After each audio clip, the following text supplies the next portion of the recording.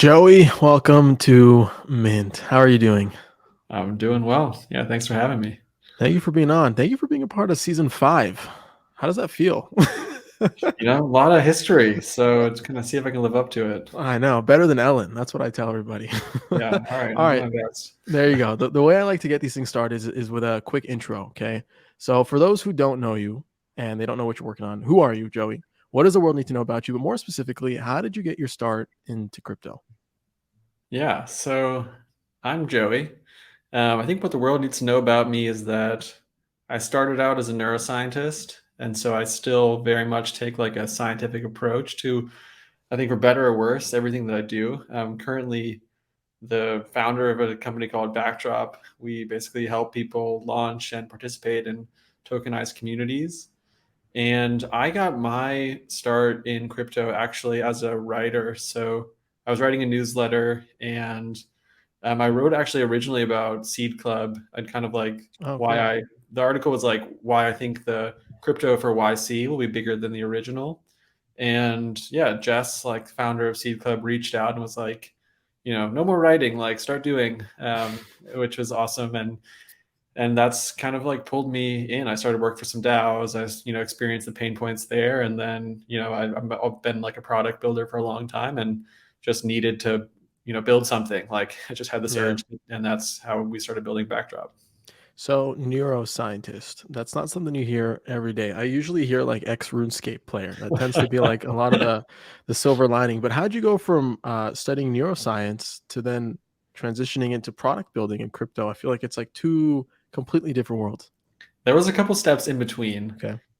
So I left science because I was just frustrated with the way that like the system of science works. Hmm.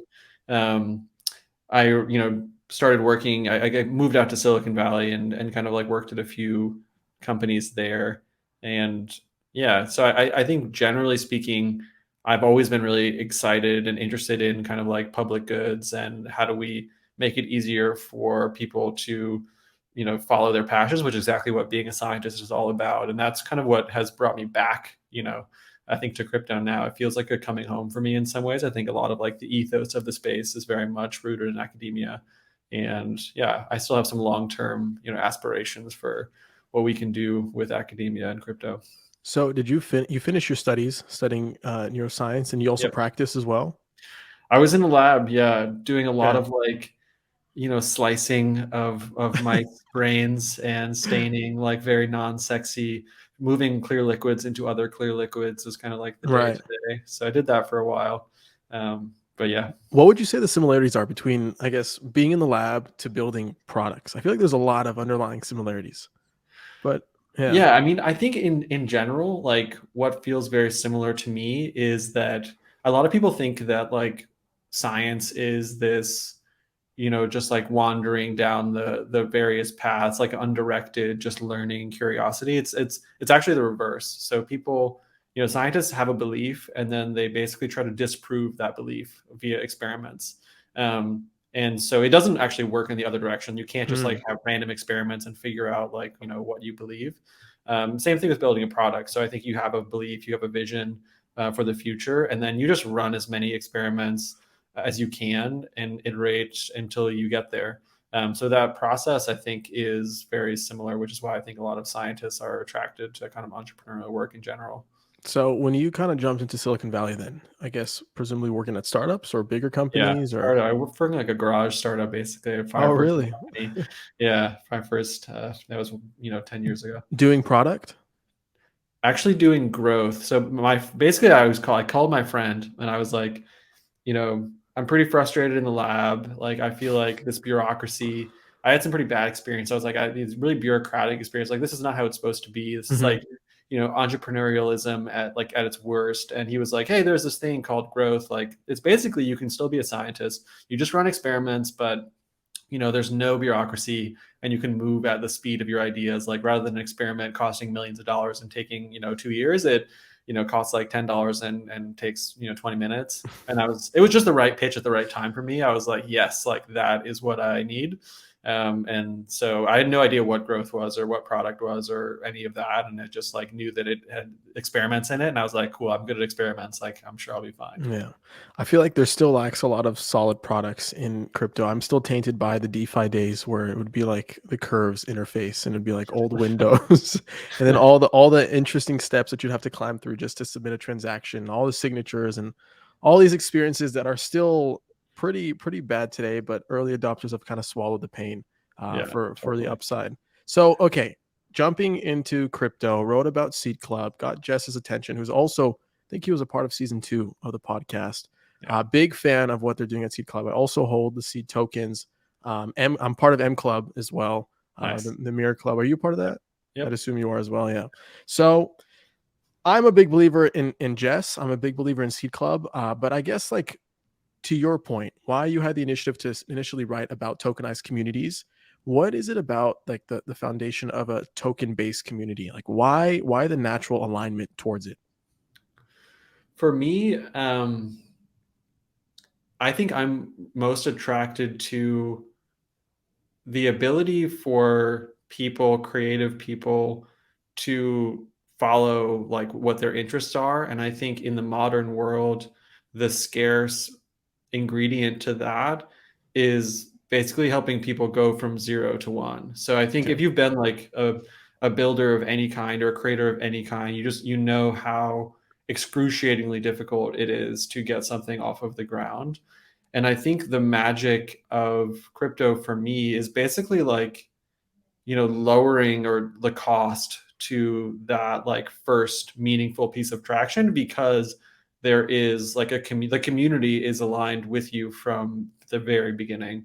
Hmm. So, I always like, I thought about that as like a newsletter writer or something. It's like those first 10 subscribers that are with you, like they are as much like on your team and they're as much like your investors as they are consumers. And I think like that was what initially drew me um, to the space. And I think still what is actually most exciting to me is how do we just help more people launch interesting things, follow their passions, and like kind of like leverage community ownership to do that. Wow. So I guess you're also, from what you told me, like an active participant in DAOs. You mentioned that there's quite a bit of challenges with DAOs today. I'd love for you to kind of like take a swing at breaking them down. Like, what are the biggest challenges? Because DAOs are very much romanticized in my point of view. I say this a lot on the podcast. Like, more people want to start a DAO than actually necessarily participate and vote and help grow collectively a DAO with a group of people. What, from your point of view, are some of the biggest challenges in starting a DAO today? Yeah, I think one of the biggest challenges is that DAOs are, like at least in our current conception of them, they are big and complex, like multi-layered beasts. So if you want to really build like a self-organizing community, um, that takes a lot of effort. And especially like so many DAOs have grown so quickly that the work of really like building that process, it just takes a lot of time and there's a lot of chaos involved. And if you think about like the different layers of the community onion, there's like a core team of whatever 5 or 10 people that are typically like really steering the ship and making sure that things are moving forward. And then there's a much wider group of supporters and contributors, and then there's even wider groups of people that are interested, and all of those people are kind of like thrown into the same soup, I think, in a lot of places. And to me that's partially just the nature of the game, and it takes time for those processes to be built. But I think it's also because the perceived cost of creating communities is really high. And so and the actual cost, I think, as well, which means that you kind of need to have these like big, hefty organizations that then take on a lot of overhead. Where I actually think that like over time we'll see much smaller, more granular, kind of more focused communities be like more of the dominant model. So that's one of the problems I see right now is just like there's very few DAOs that have traction, and the ones that do have just a huge number of people that are interested in them, and they're just kind of drowning in that a little bit. So one thing you mentioned that you're excited about is the education side of crypto. I think with better education comes better knowledge and better participation, better contribution. From your point of view, as someone who went through academia so intensely, and seeing probably what good education looks like, what are some of those missing components that you think crypto's lacking that could, I guess, better the entire ecosystem as a whole, either from a DAO point of view, from an adoption point of view, from a user experience point of view, everything? Like, what are your thoughts around that? Yeah, I there's a lot of answers to that. I would say like, the one thing that I'm thinking a lot about now is I think there is like a fundamental mismatch between the people that are excited to create something or to launch an experiment or to launch a community and the people that actually have like the tools and network to do that. So if you think about this as like a marketplace for ideas, there is like I think a large like there's like a market failure in that there's actually tons of people like everyone's like, oh, the crypto space is small, and yeah, it is small, but there are definitely millions of people that are really excited and passionate and want to create something, want to like see what it's like to build something of their own. But the number of people that can actually build something that have the resources and network and knowledge to do that is super small. And so if you were to go out on the street and you were to ask someone like, hey, do you have an idea for maybe not the street, maybe like the crypto street? Do you have an idea for something that you'd like to see in the world, like some experiment that you think would be cool? I think generally you'll find the answer to that is yes. But then if you ask like, okay, how would you get that done? By and large, you'll find people saying like, I don't really know. And I think to me, that's like the biggest missing educational and kind of like UX piece, right? I think these tools that crypto is building are generally speaking, they should be to make things more seamless, more frictionless, more permissionless, and more like lighter, like more fun. So, and I think the experience of using them right now is the opposite. So that's both like an education and Yeah. like an implementation, um, you know, aspect that I think we need to work on. Yeah. I think with starting any community, you first have to find the why, like the purpose as to why the community should exist. And the Yeah. why ultimately finds those initial few contributors, end up joining the community, and then to which a token may be issued where incentives are aligned. And then you grow harmoniously, hopefully, thereon after. But finding the why, right? Finding that underlying purpose is quite difficult. There's only so many groups that have found the why that maybe if otherwise did like treasury diversification rounds, issued tokens, brought outside investors, etc. And I think this may be like more of like a human question, like how do you find your purpose? How do you find your why? But from an organizational point of view, how do you actually find your why? Like why? How do you find that question? Okay, and I'm trying to phrase this correctly. How do you find that reason why you should exist? And then from there on out, find the first few people that align with that purpose. Like, what's the process of doing that? Yeah. I think what you're describing is something that we and someone like sometimes internally talk about as like the minimum viable community. Yeah. Um, and I mean that as like not as sometimes people think about a minimum viable community in like the kind of like thousand true fan sense, which is like, hey, like you have something that you're building and you need like a core group of people to help support it and kind of just be your diehards. But I think about it a little bit differently in the sense that the most important thing that you need in the beginning is people to like battle test and refine your vision for what it is that you want to do. So I think there is like in general there's too much of this feeling that you need to when you start something like know exactly what the 10-year vision is or what like the world changing impact is. I think there's this that's like a myth also that comes from people post rationalizing whatever Jeff Bezos and being like, oh yeah, he foresaw Blue Origin from the first day that they launched a book marketplace. It's like that's That's frankly bullshit. BS. Yeah. Yeah. And so like the way that we experience I think communities and projects is typically at the first moment is when they like launch and put a stake in the ground and say like this is who we are, this is what we're doing. And I think actually the most important moments are actually before that. So it's that group of and the way this happens in the kind of the quote unquote real world now is like you have the people who are lucky like they have some core network of people that they can bounce ideas off of, and they can get feedback on, and they can iterate and learn. And then they get to the point where they're like, okay, this is it, like let's go out and do this. And I think there's just a huge number of people that don't have that kind of a community.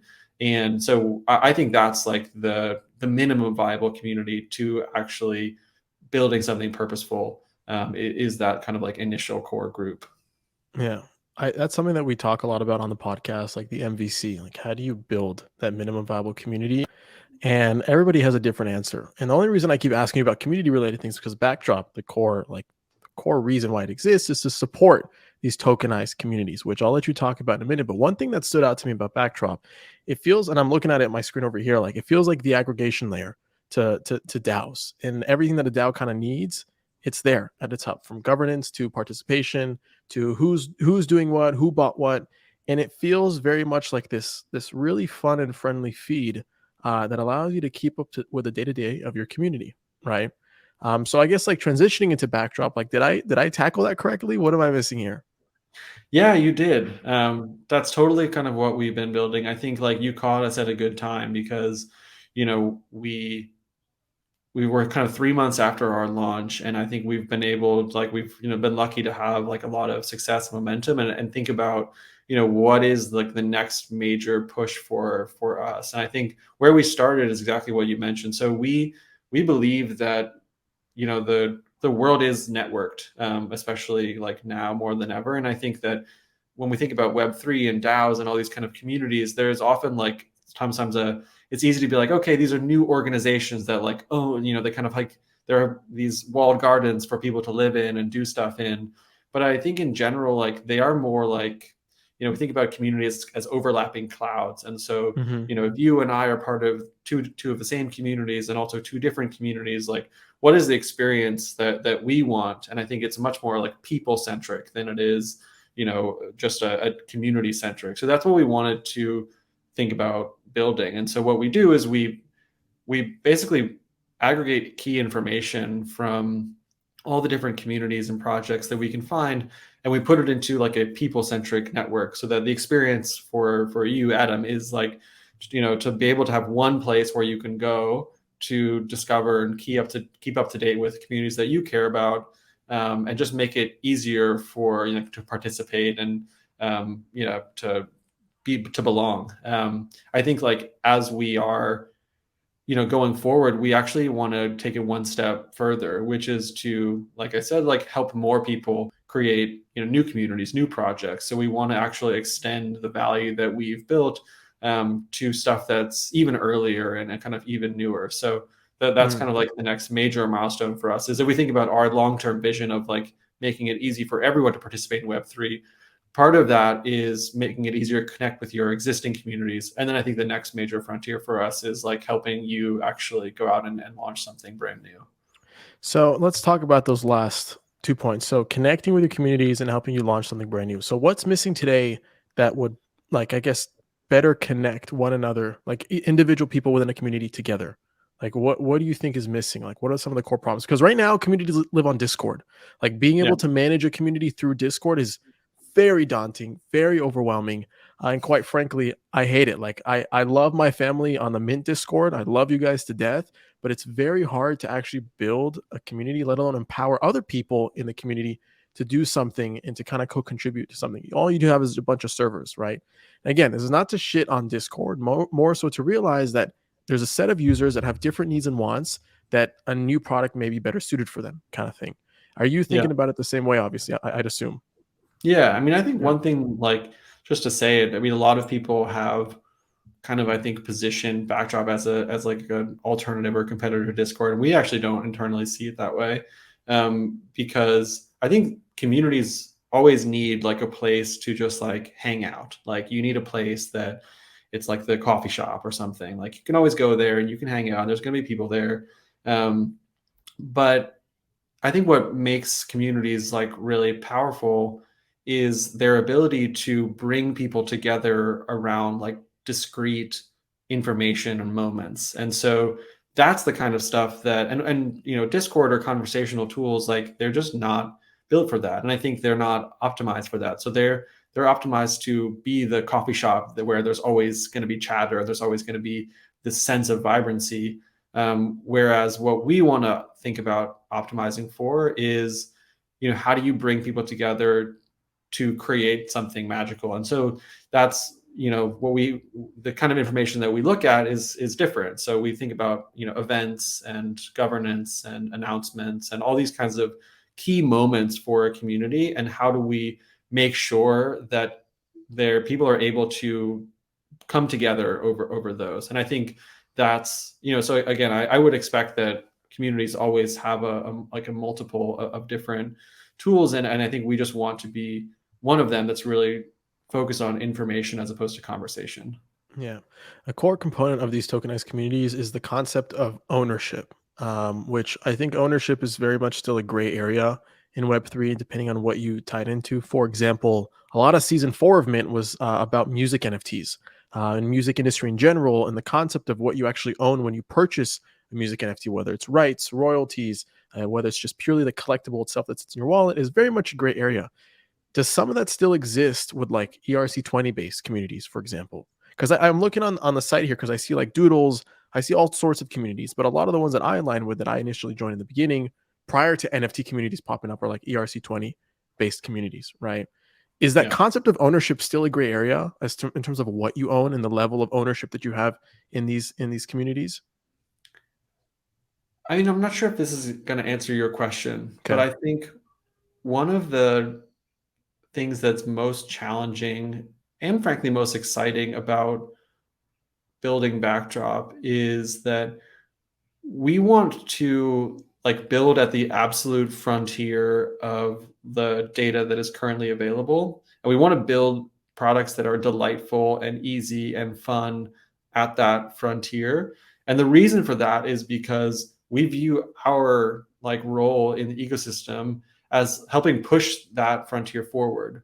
But the challenge is that right now the kind of information that we can get, on chain or in open places is almost, I mean, it's predominantly ownership, right? And so lots of people have talked about this, but if you want to build like a social product or a product, like we think a lot about like engineering serendipity. So we want to find like areas in which people are share interest or share excitement or share community, right? And we want to actually spark new things there. So Hmm. in those serendipitous moments, but when you just look at ownership, it's a very like blunt instrument in Right. order to do that, right? So there's no difference between people that earn tokens versus buy them. There's no difference between someone who like is so obsessed with this one community token that they just, versus like someone who maybe bought it and doesn't like it anymore, but doesn't want to sell it because they think it's probably going to go back up and then they'll sell it, right? So like Right.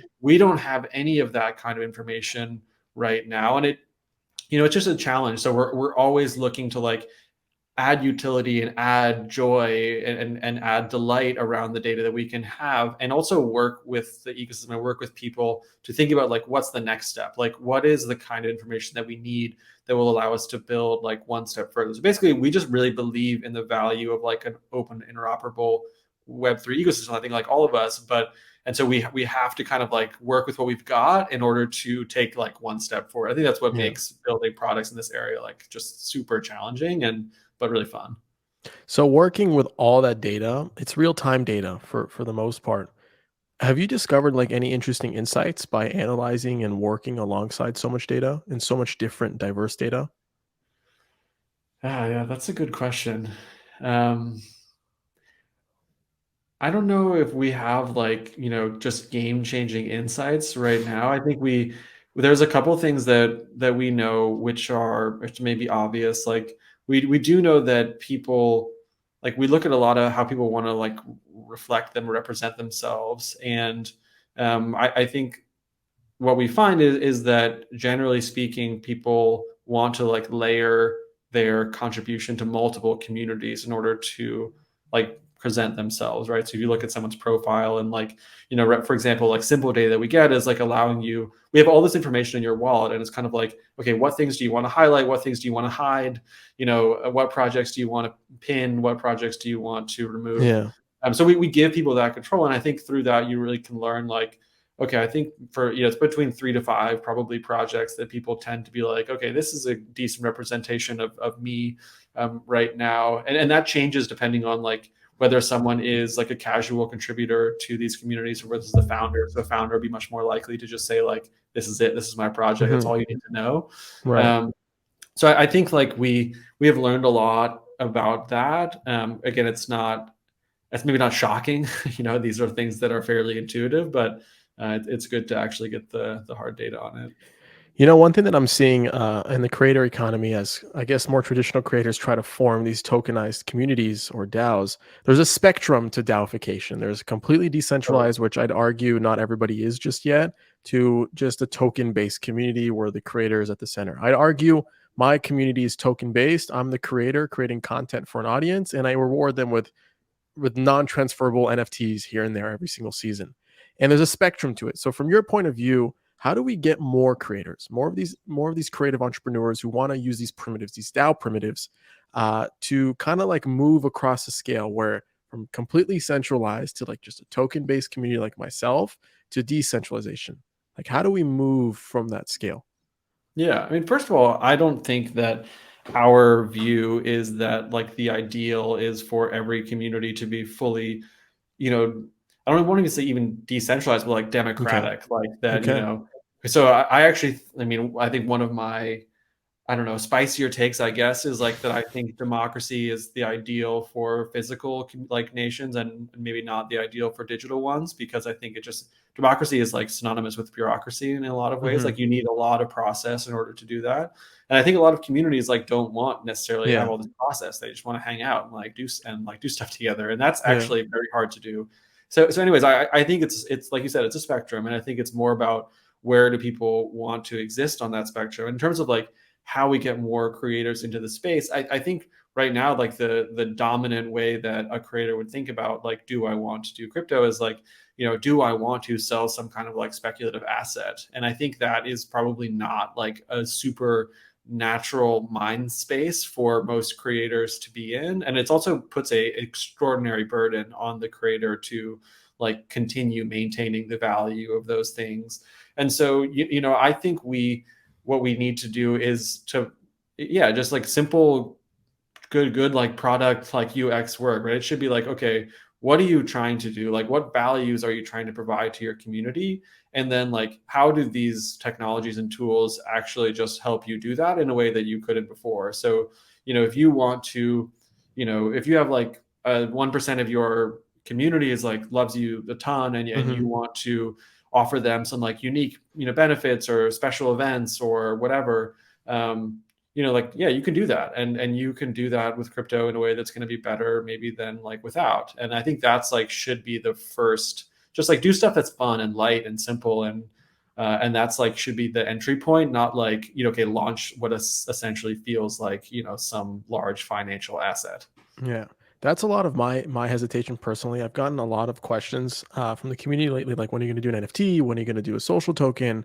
When are you going to take this thing and make it more Web3 native? I'm like, well, we're moving slowly here. We're only issuing more like soulbound ish tokens Yeah. where they're non-transferable and solidify your participation in the podcast, and to really try to source my most active contributors and listeners, and then try to figure out a strategy down the line how to tie in all that value together. Yeah. And one thing we chatted about, because you bring up this concept of speculation, which could be a point of resistance for a lot of creators, because like, wow, there's going to be a publicly traded asset about me. Yeah, there's ways to make money, but how do I actually maintain and manage this thing? This concept of a soulbound token, which you and Yeah. I we talked about behind the scenes. Do you have any like thoughts on that? Something that Vitalik recently pushed out as like this new primitive that might be viral in a couple of years. Yeah. I mean, I think like one of the things that, we obviously have been thinking a lot about is that, you know, there's a lot of signals that you want to give, to a community that are not financial, that are really, and I think as a product, like building products, that's one thing you'll experience very acutely is like wow, if only there was more data in the space that wasn't so inherently financial. It's like, Yeah. it basically just blurs like all of the lines that you would want to draw. So if you want to say like, hey, like here's a community that, some people might really care about. All right, who are those people? And now we look at all the token holders. Well, it's like, well, some people really care about that community. Some people just like think it's going to make money. And so I think like the value of soulbound tokens and these kind of like non-transferable primitives is that we can build products and experiences and that are not so inherently financial, and like our lives as humans are so much less financial than our lives as crypto people, right? And that I don't think that's how it needs to be. And the other, but like the other aspect of this that I think about sometimes is I think there is this paradox in a way when you think about things that are really early, right? So a lot of people like I was talking to Janil at Coinvise, like they issue tokens NFTs to tons of people, and we were talking about like when is the right time for a creator to launch a token. And I think the general recommendation from people is like not for a while, and the reason for that is because like you said, you want to have a vision, you want to have a clear purpose, you want to have a community, you want to like set up all these things. And if you launch a token before that, all of this like financial speculation, pressure, whatever, kind of like drowns out your ability to do all of those things. It just adds a ton of noise. At the same time, like if you have been in this space, you've experienced this like magic moment where like there is something in your wallet that you care about. Like that is just a truly magical moment. And so what's the balance between those two things? And I actually think soulbound tokens are the way forward for a lot of people, which is like, let's say I create a community and I say, hey, I'm going to issue like some soulbound tokens to you all because you're in my early group and you're helping me out. And so there's no financial benefit to these. This is just symbolic. It's just like you are part of this. And there is real value to that. And it also allows you to build on-chain data that you can, or open data that you can then use down the line if you do want to like launch something that has financial value. There's also nothing wrong with financial value, right? Like when you get to the point where you want to launch an NFT and you want to distribute it to people that were supporting you along the way, great. So I feel like there is an opportunity to because the alternative to that, by the way, is to just say like, hey, like we're not going to issue anything, you're all going to help us build, and then don't worry, like at some point we're going to launch the NFT and we're going to send it to you all, right? And that promise is meaningful, but it's not the same as if someone is like, cool, like look at this in my wallet, it's solidified. mine. So I think there's a real opportunity to now build like those kinds of experiences that allow people to delay or defer anything that is like financial, but also still like build that real connection with their community, with their audience. Yeah. What's up, guys? Adam Levy here. Sorry for the quick pause, but I wanted to recognize a couple of our NFT sponsors who are helping make this episode a reality. They are Coinvise and Mint Songs. First up, on Coinvise, you can create a personal or community-owned social token on Ethereum. Coinvise also helps you create incentives through token rewards and bounties, NFT business models, and bot integrations for Discord. Discover more by visiting coinvise.co today. Next up, we have Mint Songs, who is home to over 1,200 music artists in Web3. Check out the Mint Songs marketplace to support, collect, and connect with artists creating Web3 communities around their music via NFTs. In June 2022, about next month, Mint Songs will be launching their much-anticipated V2 marketplace on Ethereum, which aims to make Web3 even more accessible to music artists.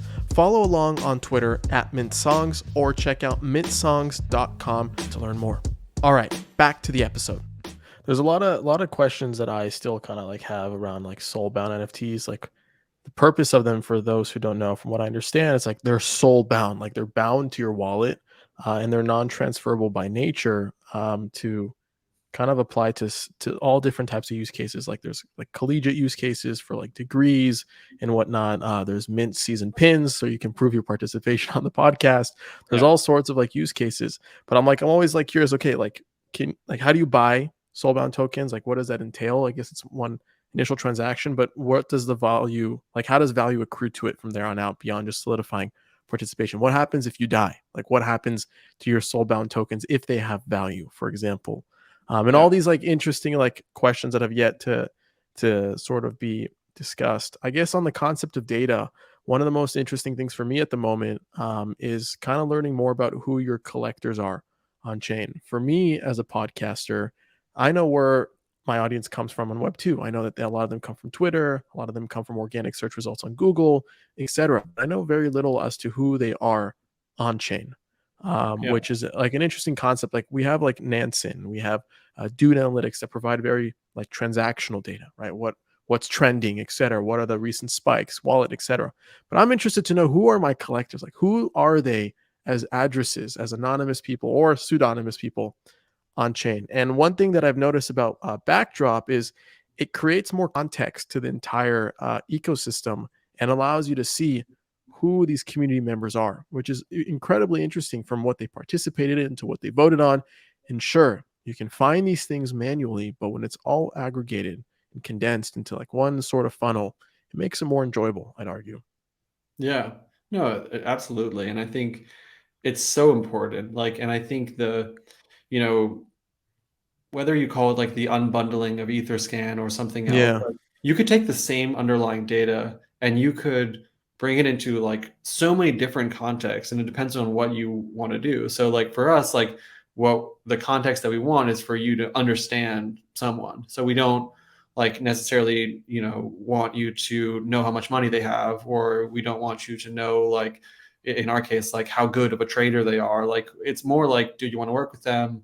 Who might they have already worked with, like those kinds of like questions. And so we just take that data and we contextualize it in a very specific way. And I think every time you contextualize something more specifically, like it gets you closer to the actual, like someone's actual intent. And I think right now, like something like an Etherscan or whatever, it's served for every intent. It's just like, here's the underlying data. And so, yeah, I think there's a huge opportunity for, and this is what's so cool about this open ecosystem, is you can take the same data, it can be open to a lot of people, and you can recontextualize it in so many different ways and build so many different products on top of it. Yeah. Speaking of tokenized communities, with every community, there needs to be great community managers. And some could call that like centralized leadership, depending on how they lead, is incredibly like important for the sustainability, for management, for day-to-day operation, etc. In a DAO, tokenized community, whatever you want to call it. But you've been a part of many DAOs. You've seen the rise and fall for sure of DAOs. From your experience, Joey, what does a good community manager entail? Like what does a good community manager profile look like? Yeah, I think it's such a difficult It role is at the difficult, moment. yeah. And I think, And by like, the to way, me, also incredibly high in demand as well, because everybody needs a yes, community manager. yes, totally. And I think, like, one thing is you need to be able to like think in systems, because the community is really like a system. So if you're like, I think the really good community managers understand that what they are doing is like building the spaces for the community to exist, not necessarily like managing the community like someone in a factory like manages a factory. So I think good community managers are often like, will have like a design background or like some design, tendencies. Um, and then, the other one is just being able to really like be able like tolerate a high degree of uncertainty, because I think community managers are always like working at the edges of, what is currently working in, in any given space.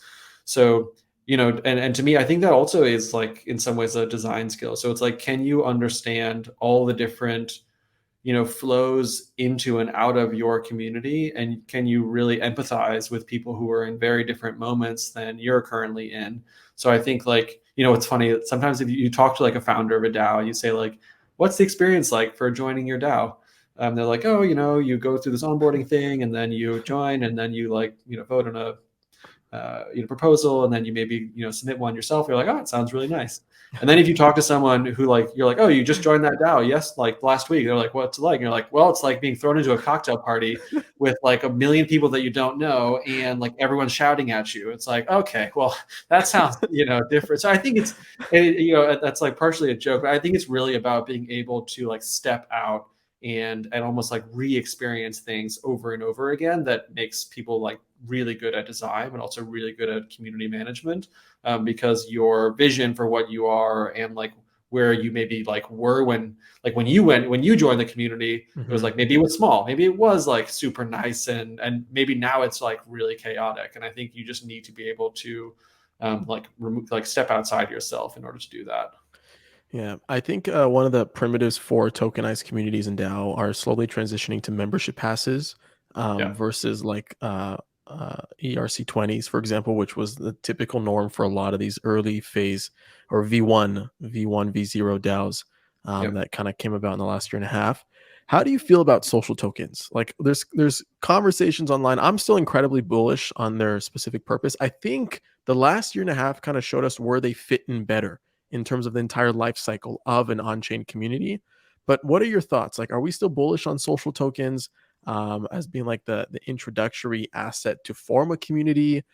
Should they come later down the line? Do you think there'll still be a thing where creators are tokenizing themselves? All sorts of speculations. Yeah.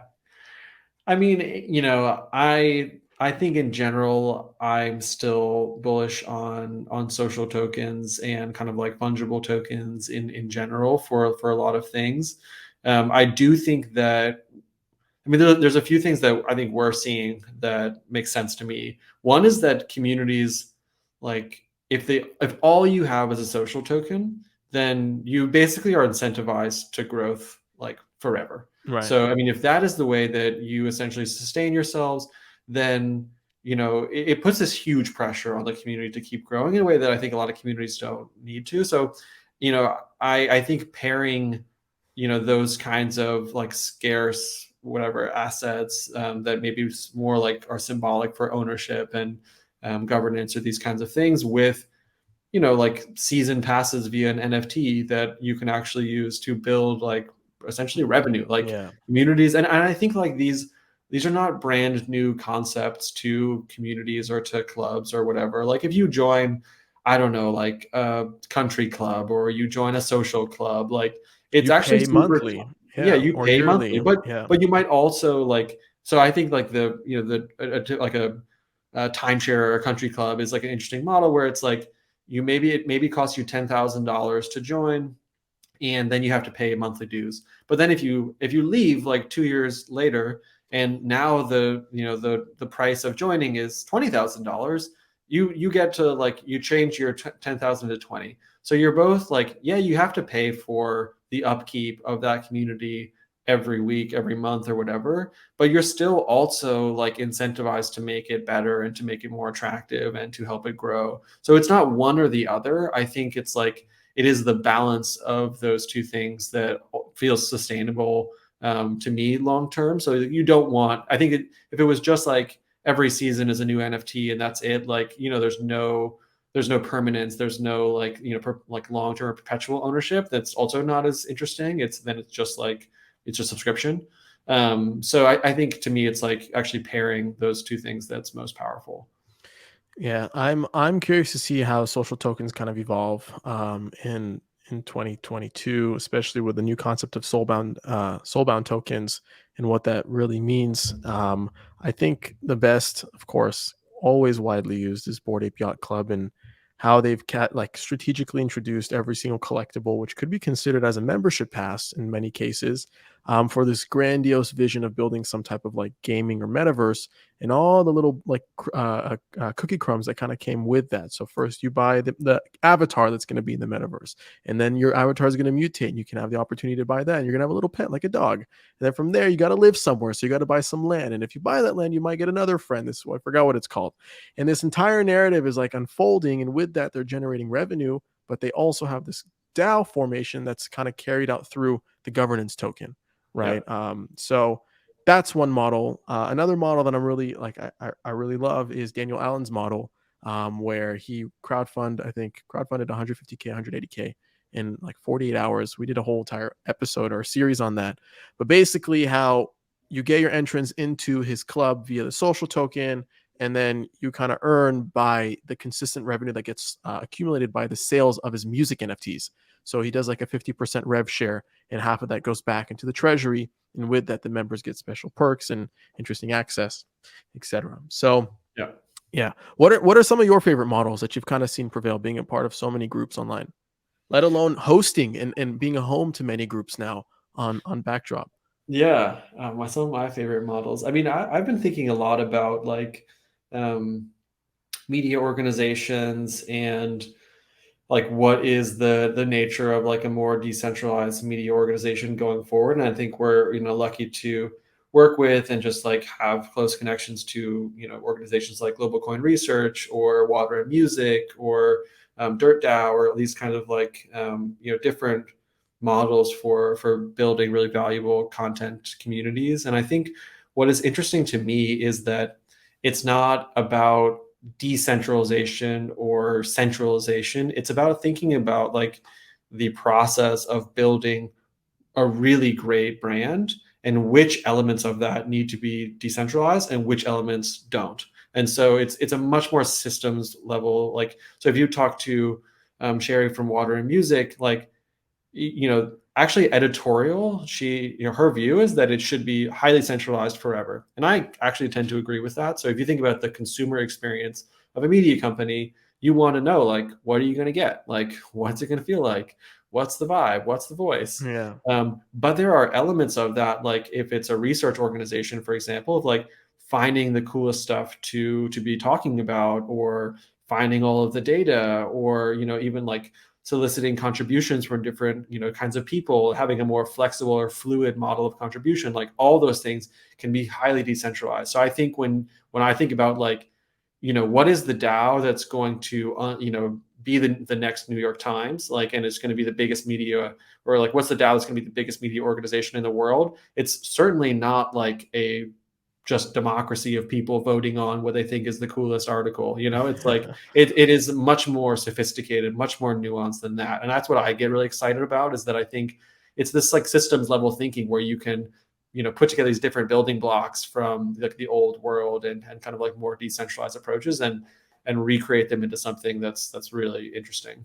Yeah. Another thing that I noticed on Backdrop, there's a big problem in the space where it's hard to get in touch and get context on your collectors in terms of their activity. Yeah. And I think it is a big challenge for everybody, because part of like Web 2 is having a CRM and being able to message people and being able to have cookies and see what everyone's doing, where they are, etc. I think it's a really interesting insight and feature that makes Backdrop so powerful on the concept of contextualizing a lot of things in the ecosystem. So I guess my question to you is, what is the best way to get in touch with anonymous collectors? Yeah, there is no great way right now. I think that we do kind of like enable that, in the sense that you know people give us ways to contact them on Hmm. Backdrop. So whether it's their email, or whether they just want to use kind of like Backdrop via Wallet Connect. But then there is this like benefit that accrues over time, where like if they were to so like acquire like an NFT from a given community, Right. they will just automatically start getting updates on Backdrop or to their email or whatever. So they only need to like connect that thing one time on Backdrop, and then like, but that's not the only way that this will be done. I think there's a bunch of protocols that are being built, to do kind of like messaging, that is wallet connector to wallet aware, and so I think there will be a variety of different ways that people connect with like their collectors eventually. The only other thing that I'll say is like I think we're excited right now. Like when you think about understanding who your collectors or your community is, the way that works on Backdrop is like you can see everyone that is holding the token. You can go to their profile. You can check out who they are. Like you can see their Twitter connections and their whatever. Like so they build their profile, and I think that's really cool. I think like there is a level in between what we have now and like Dune. So Dune is like, okay, it is like very just like data oriented analytics. If you want to see who holds whatever seed club tokens, and also these other tokens, like what are all of those wallets. I think we're really thinking as like some of the new features that we're building, of ways for people to kind of hit that middle ground. So you might launch a poll that says like, hey, like not like a full on governance vote, but like, hey, we're thinking about building X, Y, or Z, like which would you guys think is cooler? And people vote on that, and then you're able to like look at some analytics, like, oh, okay, like what are the kinds of data from people that voted yes versus voted no. And I think there's just like very interesting again, like middle grounds between what we have right now, which is like individual people focused, and then what like a Dune would have, which is like full, just like aggregate data focused. I think that that middle ground is where like community can be really powerful. Let's take it to the next level, because a lot of this data is just out there. It's one thing to have the data and to find the data. It's another thing to know what to do with the data. Yeah. Something that I'm incredibly excited about is like when AI and machine learning kind of kicks into the picture and starts giving you actionable insight as to what you can do with that data. Okay, so I know that this community holds a Bored Ape and this token. Okay, so what? Like, what do I do with that? Oh, I know X, Y, and Z. They voted on wanting to do this. Okay, so like, what's next? Kind of thing. Yeah. That's like the missing piece that I think we have yet to tap into. And funny enough, we talk on this conversation on data. I've been working with various creators. One of the I guess use cases that I kind of worked with is with this independent artist. Her name is Quinn George. We did a concert at ETH Denver and sold tickets as NFTs.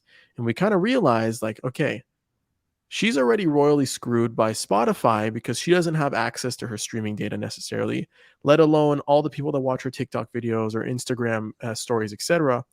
But she has all these collectors now, and they're OG Ethereum collectors. Not only that, they came to watch her perform in person, so she met a lot of her collectors, right?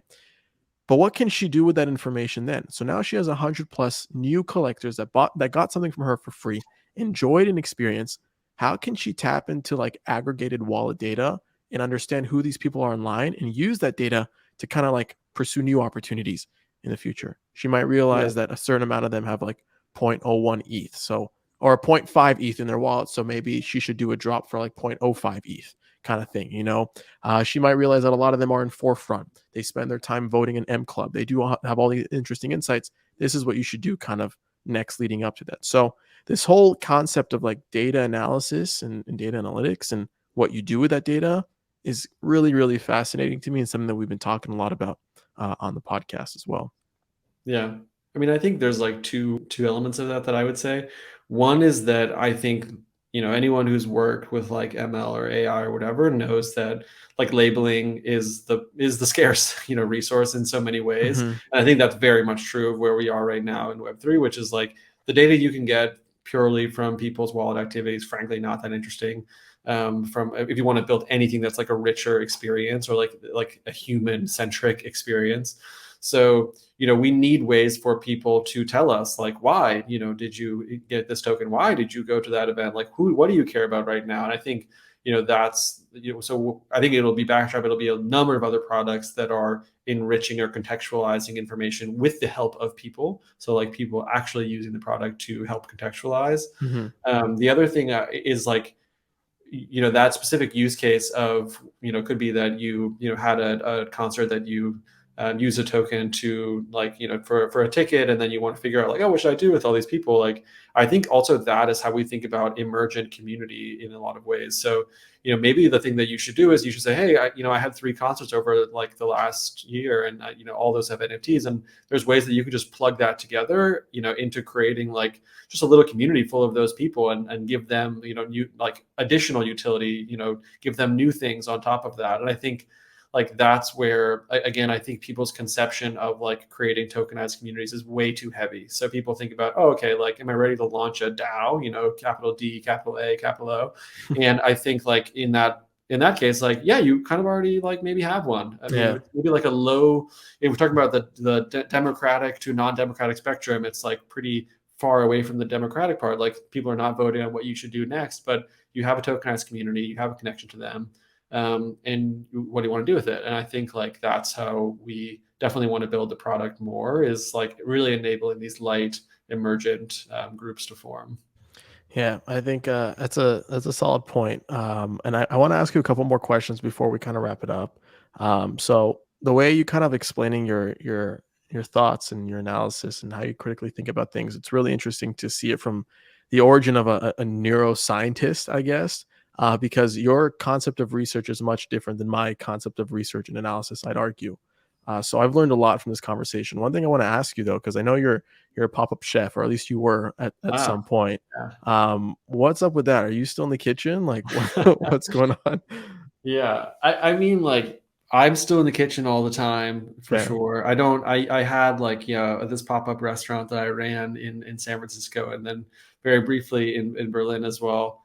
I don't do that anymore. I think like what I learned is that I don't want to be a professional chef. What I like is, I mean, for so many, like as you maybe can see by the kind of products that I want to build, like I just like bringing people together and over some shared experience. And for me, like a meal is one of the very best ways to Sure. do that. So at this point in my kind of cooking career, mostly what I do is just have 20 people over to the house and cook a big dinner. But I'm definitely interested in having some hosting some pop-up dinners for crypto or Web3 people. So if anyone wants to do that, let me know. Let's do it. I'm down. We'll talk about it afterwards. What's All your right. what's your favorite thing to cook? Is it So baking or cooking? no, definitely cooking. I'm Okay. far too chaotic to bake. I think like, this like I'm more like a mad scientist, right? So it's about constant iterations during the actual cooking process. Um, I think my favorite stuff to cook is, I mean, the pop-up that I had was called Latitude 15 because I don't like cook any one cuisine, or I don't cook any one cuisine particularly well, and all the food that I like happens to be sort of, I guess for whatever reason it's like on the same latitude of the earth. So it's like Mexico, Southeast Asia, India, basically all of the places where people cook like bold, spicy, highly acidic, just like slap you in the face food, not like the refined sauce that, takes 10 Mm, hours. And so that's kind of what I like to cook. I tend to just like, merge those stuff together and do a lot of like fusion, like the rice bowl with whatever Mexican, stuff in it, or tacos with, so that kind of food is generally what I've always cooked. sorry, I only eat 10-hour liquids. That's Yeah, then that's I about think it. we're gonna be, yeah, maybe it's gonna be tough for us. No, thank you for being on. Hope to have you on again soon. Before I let you go, where can we find you? Where can we find Backdrop? Chill it away. Yeah, for sure. Backdrop is at backdrop.so. And you can find me, probably easiest place is on Twitter. I'm Joey underscore DeBruin, or I write a newsletter called Flying Penguins, which is Nice. fun. So it's What is that flyingpenguins.com. about? It's basically like insights and experiments into the future of like public goods. So a lot of science, Cool. academic, Web3 stuff. Cool. Thank you, Joey. Till next time. Yeah, thanks for having me.